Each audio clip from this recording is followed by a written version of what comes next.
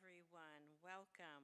Thank you so very much for joining us here at New Elizabeth AME Church, 250 Corporate Boulevard in Newark, Delaware.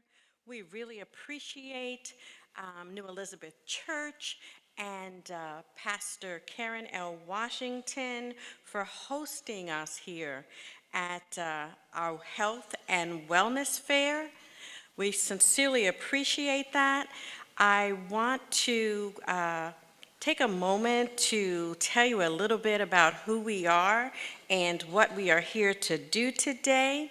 My name is Tanya Bain, and I am the campaign coordinator for the Lifestyles Matter Coalition. The Lifestyle Matters Coalition reflects a network of committed health professionals, faith-based organizations, and community health advocates working together to serve marginalized communities and families in the state of Delaware.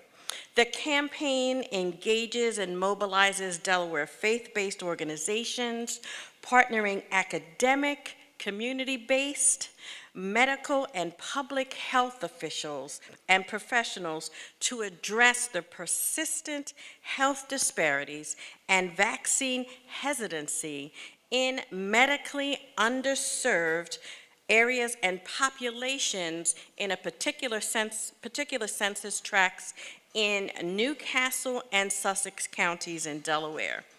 The Lifestyle Matters Coalition seeks to address the critical component of COVID-19 health disparities by providing education and access to health services.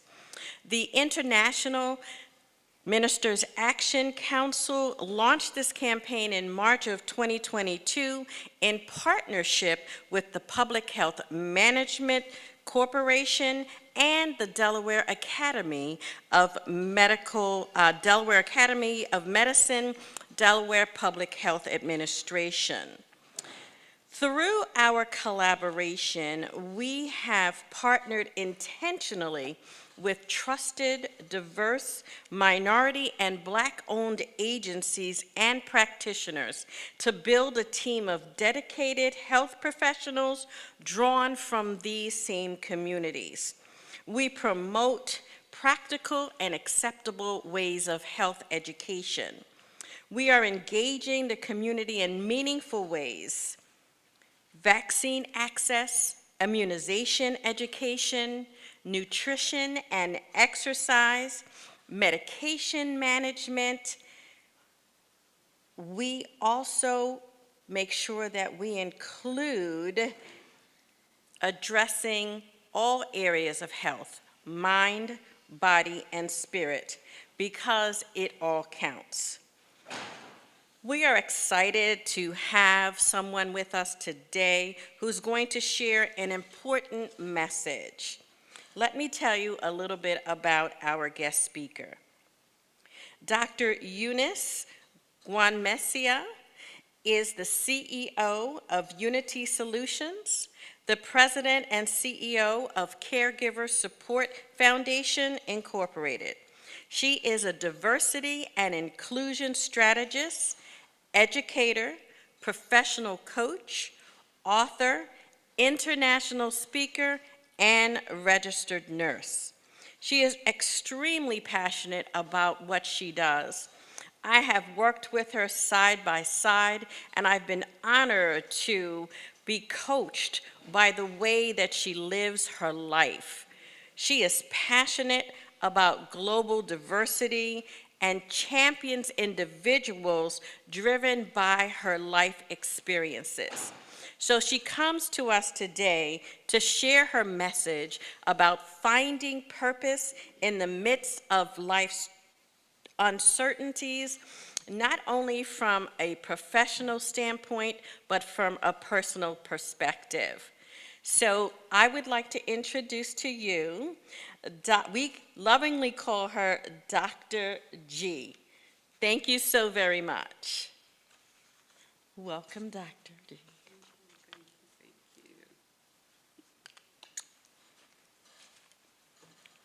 I'm going Take this off. Thank you, Mrs. Tanya. Thank you for that warm welcome, and thank you, Facebook family. It is a pleasure to be here today, and thank you to the New Elizabeth family, Pastor Karen Washington, for having us here today. It is always a pleasure to be in the midst of loving people and all of you on Facebook this afternoon. It is a beautiful Saturday. And thank you all for tuning in and wanting to listen to our message today. Just before I begin, it is sometimes overwhelming when you hear people talk about you. I don't know if she was just talking about me or somebody else, but I thank you for that kind introduction, Ms. Tanya. So, as I was thinking about this presentation today, I am not sure why she asked me to talk about finding purpose in the midst of life's uncertainties. But sometimes you wonder what life is truly about. And I was reminded by this saying by John Lennon: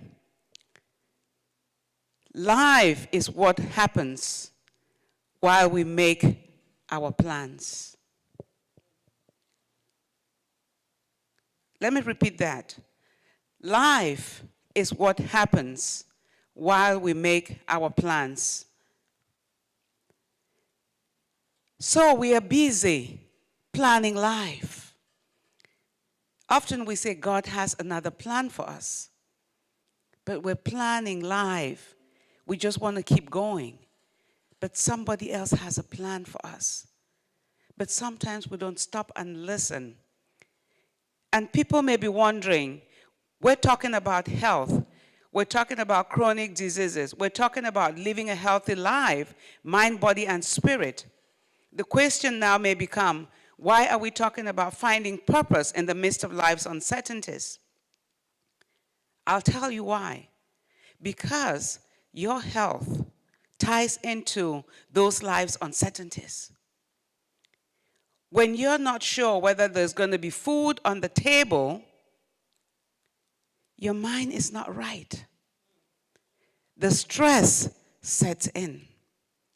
And if you're already struggling with diabetes, with hypertension, with other illnesses, it's a problem. When you're stressed, and we know that there's good stress and there's bad stress, but the more that stress lingers on, it starts to have a detrimental effect on your whole body. That's why we're talking about finding purpose in the midst of life's uncertainties today. So there are many people that live in the state of uncertainty for reasons that we just talked about. They don't have the resources to cope with. What can we do in this case? So today, we will talk about how we can find our purpose, even in the times of those uncertainties. But the question is, what is your purpose? What is your purpose? If I may define that word purpose, purpose is your why. That reason you got out of bed today to come here, that reason that will make you go through that brick wall without even thinking twice that you just went through that brick wall. The reason why you got out of bed today, you didn't even want to get out. You tossed and turned where that alarm clock went off, and you said, do I really want to get out? But you still did. That is your why. That is your purpose. Whatever your reason is, it could be for your children, it could be for your loved ones, but it is the reason that keeps you going. It is those uncertainties that remind you that you have to keep pushing on. But that's why we have to talk about those strategies that will keep you going. So, the world faces multiple challenges in health, ranging from things that we just experienced, such as COVID-19 pandemic, several outbreaks of vaccine-preventable diseases, to health effects of environmental pollution, climate change, and multiple humanitarian crises. Let's just think back to the recent pandemic, COVID-19 that we're talking about. Nobody knew we got hit hard, out of the blue. The world pretty much just shut down. Schools were closed. We least expected it. We had to make a big pivot in life, essentially. We learned on the fly, from our basic lives within our homes, to the healthcare systems, to our jobs, and everything else that happens around us. We had to figure out what to do with the children in order to go to work. So that changed a lot of things. So how do we begin to cope with that stress, with that uncertainty? Some people did better. Unfortunately, some of our communities were already struggling. Now they had to take on this burden. They already had so much on them. But this became so much more difficult for those communities that were already struggling with other issues, especially health issues. So this just triggered a lot more poverty and a lot more lack of resources within these specific communities, the underserved communities.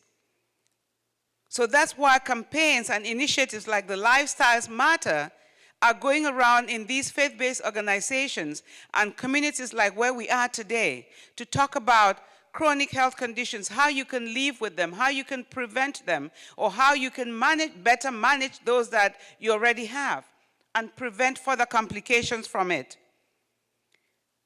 How can we get you those resources? For families living under these poverty conditions, major health problems, difficulties thinking of a solution. Today we're here to precisely teach you how to combat these situations.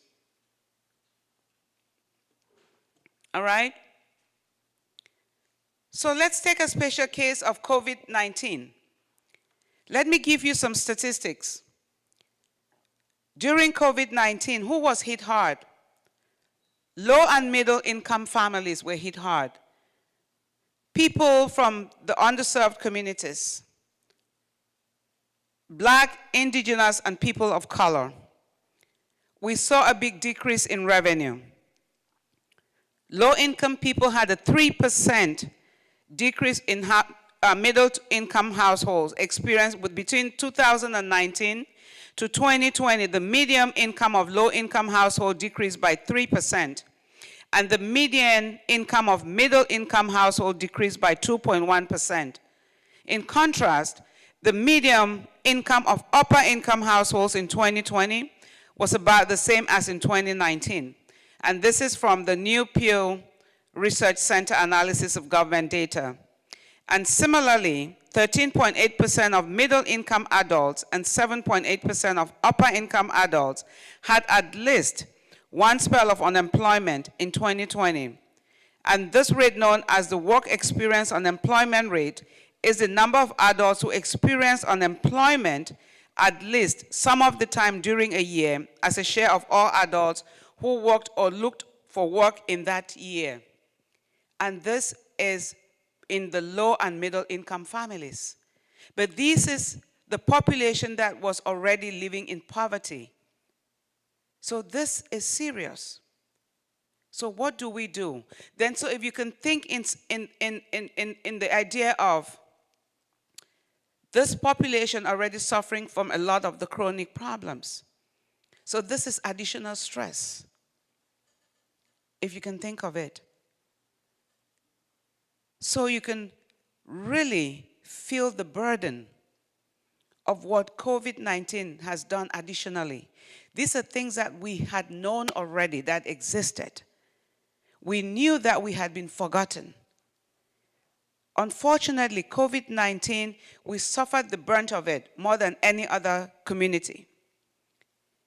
Yes, we lost so many people, But it's going to take communities like our faith-based organizations to not dwell on the conspiracy theories, to come together and have these conversations to say, it takes a village to raise a child, so that we can educate these communities, our communities, bring people that look like us, and welcome people that even do not look like us, that have the resources to bring it into our communities, to say we have what it takes to educate us, to welcome the resources so that we can take care of each other and improve the poverty level and improve our health so that we can do better and improve our health conditions. Exactly what I just said. How do we help the underserved populations gain better access to health resources? It's going to take us promoting and providing health programs within our faith-based communities.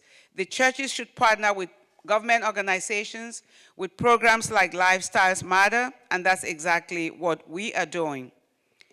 So how do you learn to live with uncertainty?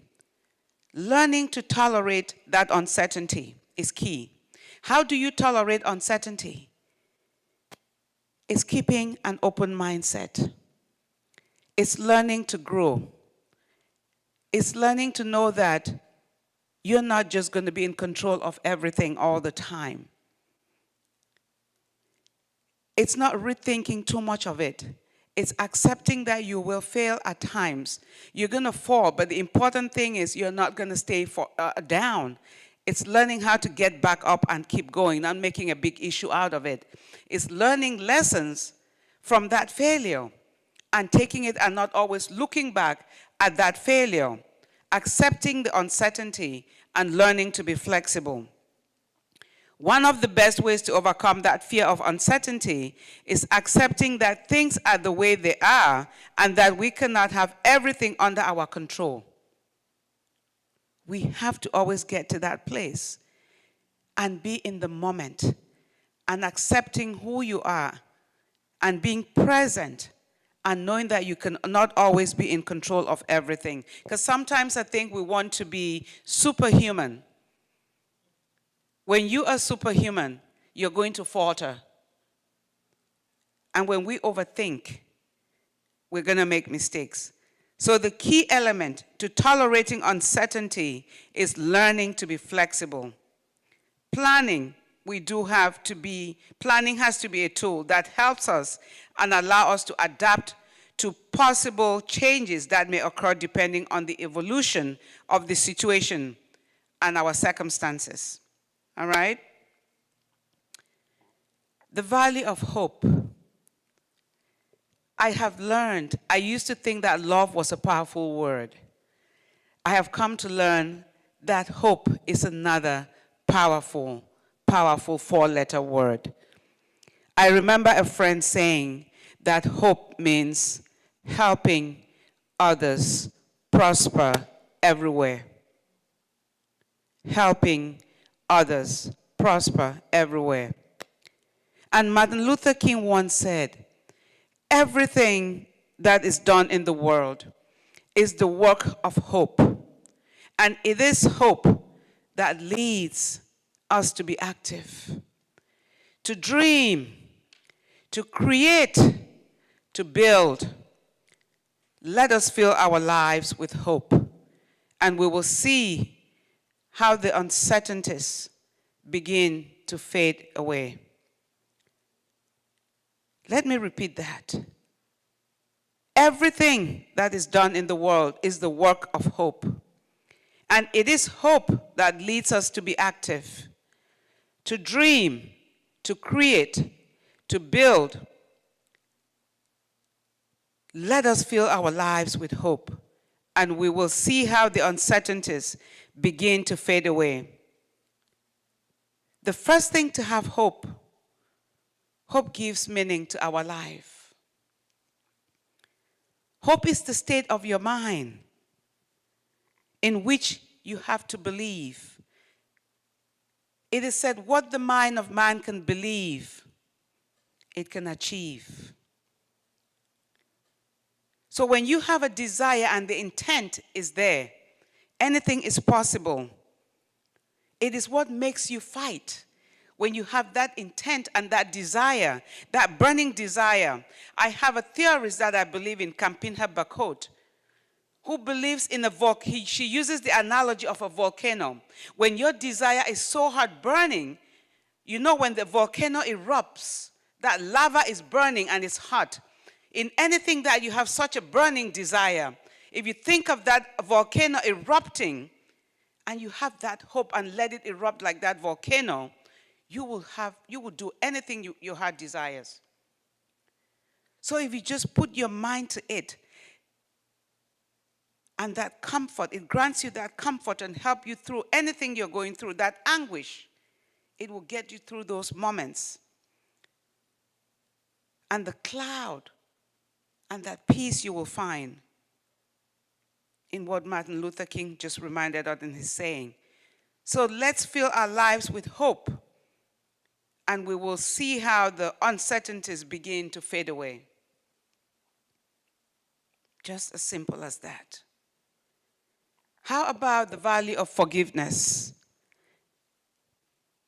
Forgiveness is not about they who have done it to you. Forgiveness is about finding inner peace. Forgiveness is about you. I say forgiveness is just so you take people out of your brain, so you're not giving them keys to your brain. It is about you finding your inner peace. It helps you to release yourself from the control of the person who has hurt you, leading you to the feelings of understanding, empathy, and compassion for the person who has hurt you. It means different things to different people. It is such a difficult concept to understand, but it's quite comforting when you can get to that space where you can forgive. It doesn't mean you're going to forget, but it's about letting go of that inner hurt. When was the last time that person who hurt you paid your phone bill? When was the last time that person who hurt you took your child to a doctor's appointment? You're busy driving down the road thinking about Sarah, thinking about Paul, when Paul is not going to pay your bill. You could get into an accident worrying about Peter and Paul, when in fact, Peter is not even thinking about you, but you're busy giving Peter and Paul keys to your brain, and Peter and Paul may not even be thinking about you. So you're just taking your energy, your pressure, raising your blood pressure up, and you may end up in the emergency room with skyrocketing blood pressures, with elevated blood sugars. You're not taking care of you. You're taking your inner peace and spreading it out. You keep dipping into your cup of love, worrying about people who are not worrying about you. If you don't learn to forgive, you may be the one who pays the highest price. A price that your loved ones, you're not going to be there for them who need you. So by accepting forgiveness, you can embrace peace. You can embrace hope, gratitude, and joy. So consider how forgiveness can guide you on the path to physical, emotional, and spiritual well-being. So finding purpose in the midst of life's uncertainties. Walter Rizzo said, you have to inhabit uncertainty and eliminate the illusion of control that the culture preaches, because it is an illusion of control. Those who manage to inhabit uncertainty have a pretty good time because they are usually above anxiety. They understand that a considerable amount or number of events will escape their control. Those who get it, they rise above anxiety. You're not going to waste time living an illusion of control. Those who get it, they stay above anxiety because they know it's just an uncertainty. It's just that period. See, I'm in the house of God. So I guess let me steal this chance and say, God puts you in that place because he wants you tomorrow to have a testimony. Because if he doesn't put you there, you have no story to tell tomorrow. So he puts you through that challenge. So tomorrow you can say, oh, yes, I was going through that dark moment because, in fact, I had to help someone with my story. Because you don't have a story if you haven't been through something. That is why he's putting you through that challenge. Because, in fact, if he doesn't put you there, there's nothing tomorrow to remind you that, hey, God is really still sitting on the throne. That is why he's putting you through that challenge. So the purpose of life is what you are living, whether it is good or not so good. So throughout life, we go through different moments. Sometimes we're at the top, and sometimes we're in the hole. If what I'm experiencing is a good time, it's relatively easy to relax into what is. But if I'm in crisis, worried because I don't have a stable job, or it's stressing me out, I'm lonely. I'm in a bad place with my family, or I'm facing a separation, or I'm depressed, distressed, sick. It is not easy to accept. That is my purpose.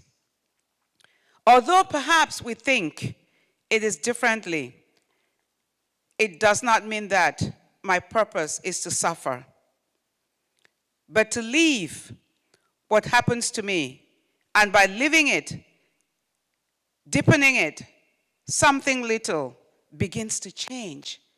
A spontaneous tendency arises to make me move. Just like Walter Rizzo said, eliminating that illusion of control that culture preaches and rising above that anxiety to escape the control. So let's talk about the strategies that we're going to use moving forward so we can be in control of these disease conditions that seem to be challenging to us. Whether you're living with diabetes, whether you're living with hypertension, whether you're living with asthma, whether you're living with some heart disease condition, because we need to be in control.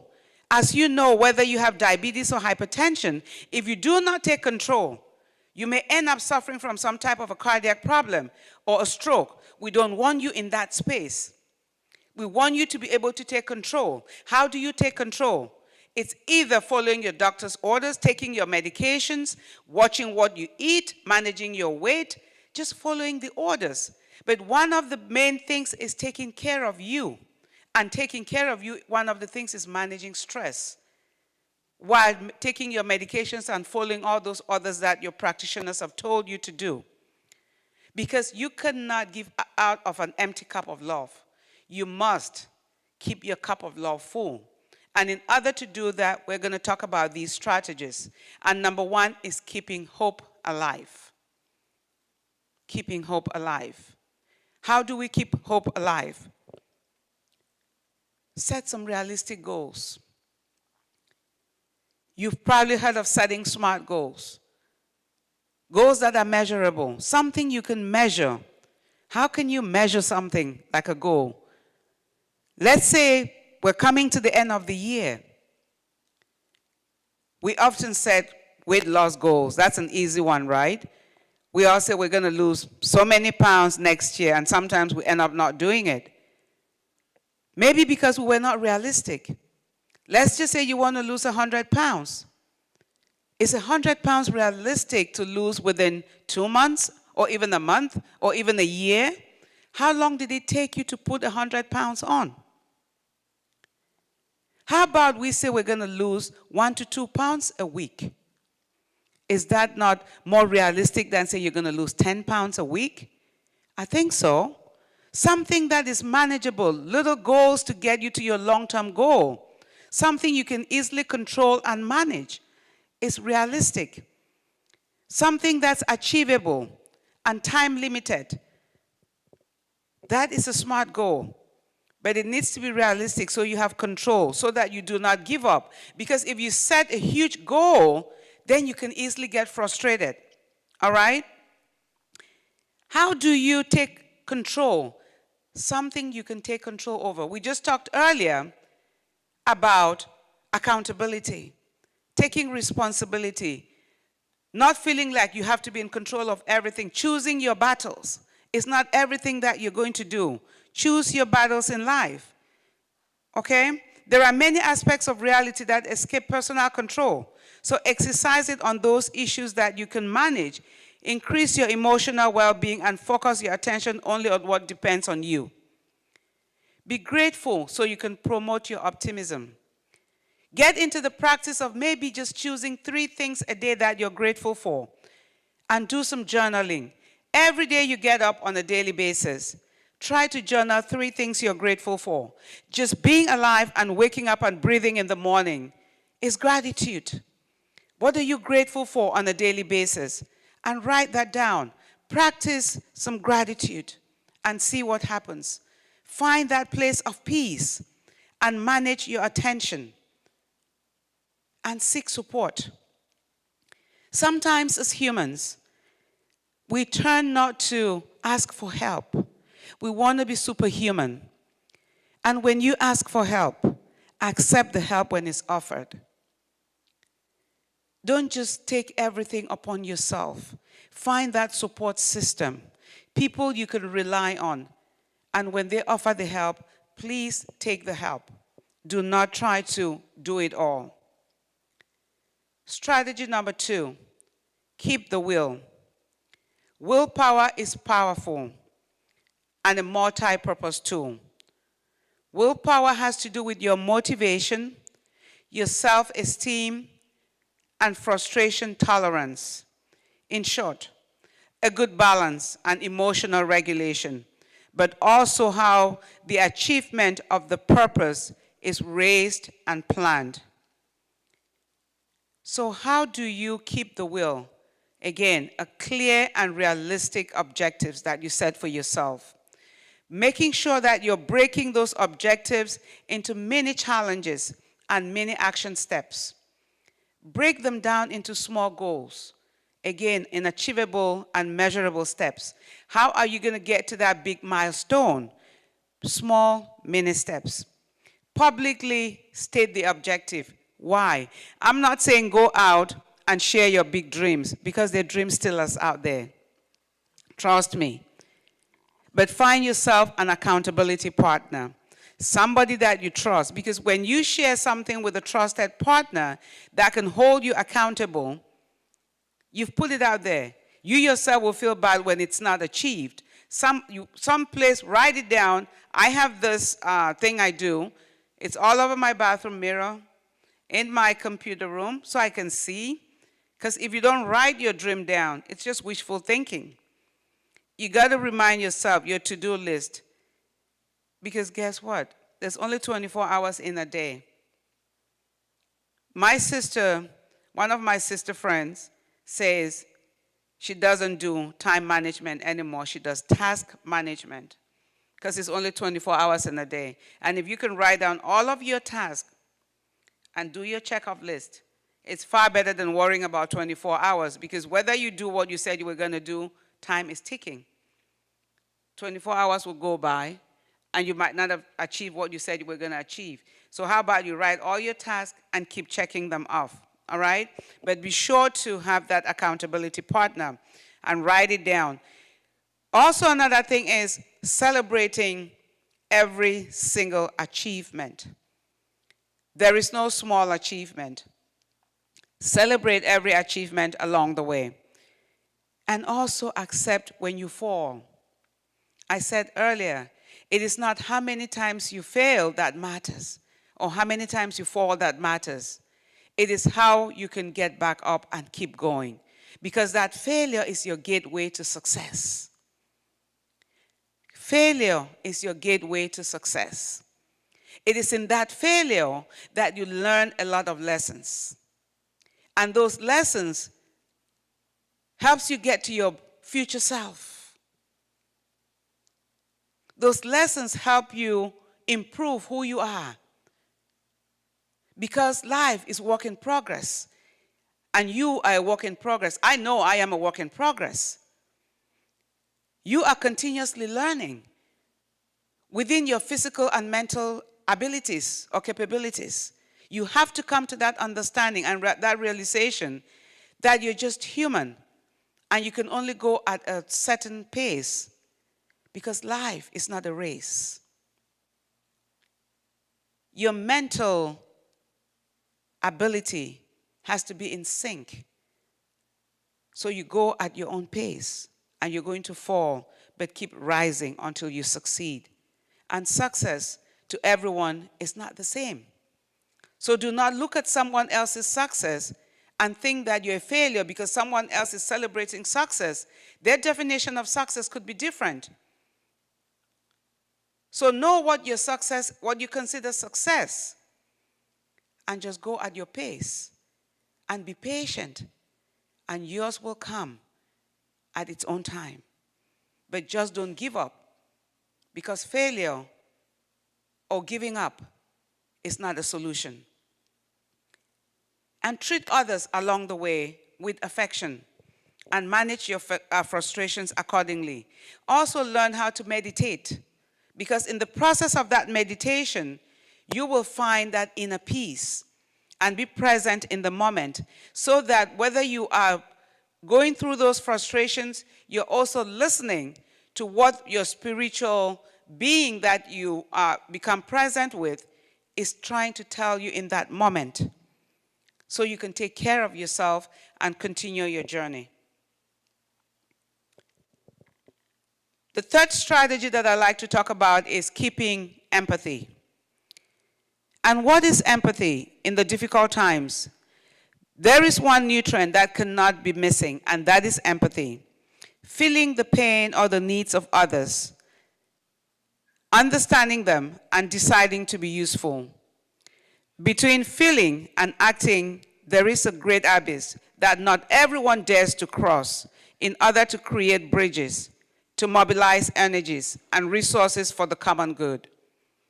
The real purpose of empathy is to promote survival and well-being by connecting with the emotions of others and generating a behavior capable of promoting the good for others. One of the keys to be more empathetic lies in putting oneself in the other person's place and for a moment forgetting oneself. Of course, this cannot always be sustained, as it is also important to take care of one's own needs. Pay attention to the following tips to develop or improve empathy. So you need to focus on what? Your body language. Because you cannot be talking to other people and it's not in line with how you're presenting your body language. There's a saying that your body language speaks louder than what you're saying. Because you cannot be saying something, but your body language is showing another. So what you're saying has to be in sync with what you're presenting. You cannot be empathizing with somebody or saying, I'm sorry for something, but your body language is not presenting the same thing. So you got to think about the motivation for others. What is motivating that thing that you're saying?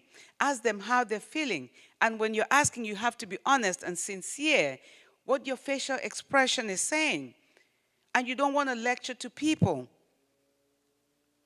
Don't lecture to people. Rephrase your words and seek clarification. If you don't understand something, paraphrase what you're saying to them, because there could be misunderstanding in the way you're presenting the language and the words that you're using with people while you're trying to put yourself in their shoes, and try to eliminate prejudice and being empathetic for them. Okay? The fourth strategy is keeping consistent. Consistency is really one way to deal with uncertain times. And ways to do that is creating a schedule for yourself. When you have a schedule to follow, you can maintain that consistency. I talked about having 24 hours a day. So we already kind of talked about that. Having reminders for yourself, having a reward system, and something to track your progress. Do you have a task to do? Where are you with that task? And track your progress. Maybe it's in progress. Is it completed? Is it still on your to-do list? And track your progress that way. The rewards is just for you to stay motivated, and whatever your long-term goal is, you should reward yourself for that accomplishment. and have a good enough big reason to celebrate at the end once you achieve that goal, okay? So life is not always easy, as I said earlier. So throughout our lives, we must face hundreds of obstacles. All people live a different reality. For some, more complicated than others, but all of us at some point in our lives go through moments of uncertainty. And uncertainty should make us stronger. It is fundamental that we'll find our purpose even during those difficult times, and that we learn to follow our path through hope, consistency, will, and empathy. We can successfully achieve purpose in uncertain times. So we can do that. We all, in the process of this, need a self-care plan. What do I mean by a self-care plan? There is so much going on in life, as we have all agreed. So you cannot continue giving out of an empty cup. You need that work-life balance. In order to have that work-life balance and be able to handle the stress, you need a self-care plan for you. How are you going to deal with all of those uncertainties besides all of these strategies, trying to put everything together? I, as Dr. G, I have my self-care plan. That is why I have Dr. G's 5P principles of success, which is purpose, patience, passion, persistence, and perseverance. Because that is why I have what I have personally relied on to get my groove back together, to get myself back in the moment. I talked about purpose earlier. Patience, why? Because we live in a society where everything is so fast-paced. We want it now, now or never. But we sometimes forget that as we plan, God has another plan for us. So why not do whatever you're doing with patience, but continuously re-strategize, continuously build what you're building and change your strategies and reset your goals and change your strategies until you meet that goal that you've set for yourself. Because we have said you're going to fall so many times until you meet that goal. And passion is something that you will wake up from your dream and do, something you love, something you're not being forced to do. It's just something that is second nature to you. Find that thing. And persistence, I say it's not for them, it's for you, because others have given up on you. But you know that you keep working at it and re-strategizing. And those who have given up on you will just see you when you rise back up again. When they have given up on you, you're changing those strategies, you're taking care of you, you're back in that prayer closet and just crying out to your God, but working in the background and being perseverant. And then you come out of it. So just find the strategies and your self-care plan. What are you going to do when things are not working? Is it prayers? Is it your support group? Is it whatever you do? Is it just having that me time, something that helps you come back to you, become more present? Self-care is not necessarily going out there and spending money. It may just be closing your bedroom door and just shutting everything down and just taking a breath, just breathing so you can re-energize, so you can refocus and get back to yourself or rejuvenate. Maybe taking a walk by a park, sitting by a pond somewhere and just meditating. It does not have to be something expensive, but find something that gets you to refocus and distress so that you can become yourself again. Because when your mind is not right, you cannot make sound decisions. So we all need a self-care plan. So I'd like to thank, again, Lifestyles Matter, and I would encourage everyone to follow us on social media and also lifestylematter.com. I'd like to thank Pastor Karen Washington and the New Elizabeth Church for having us here today. And those of you who are watching us on Facebook Live, thank you so much for listening. And I hope that with all the strategies that we have shared, you have learned one or two things today. And we will continue this conversation. We're doing this pretty much every other week Today is not our last conversation. We will continue these conversations. And for those of you present here in the church, thank you all so much. And to our lifestyle family, Ms. Tanya, our tech person, thank you so much for being here today as well. And as introduced earlier, I am the CEO and founder for eUnity Solutions. We are a consulting company here in Magnolia, Delaware, and we work with small to large size businesses, just opening doors for diverse workforce improvement, helping to educate educators and C-suite executives and business leaders, teaching them how to create inclusive workplace culture so they can improve, increase return on investment. And our experienced, educated, and compassionate team make us a very unique consulting company in the region. And let us help you with your workforce challenges.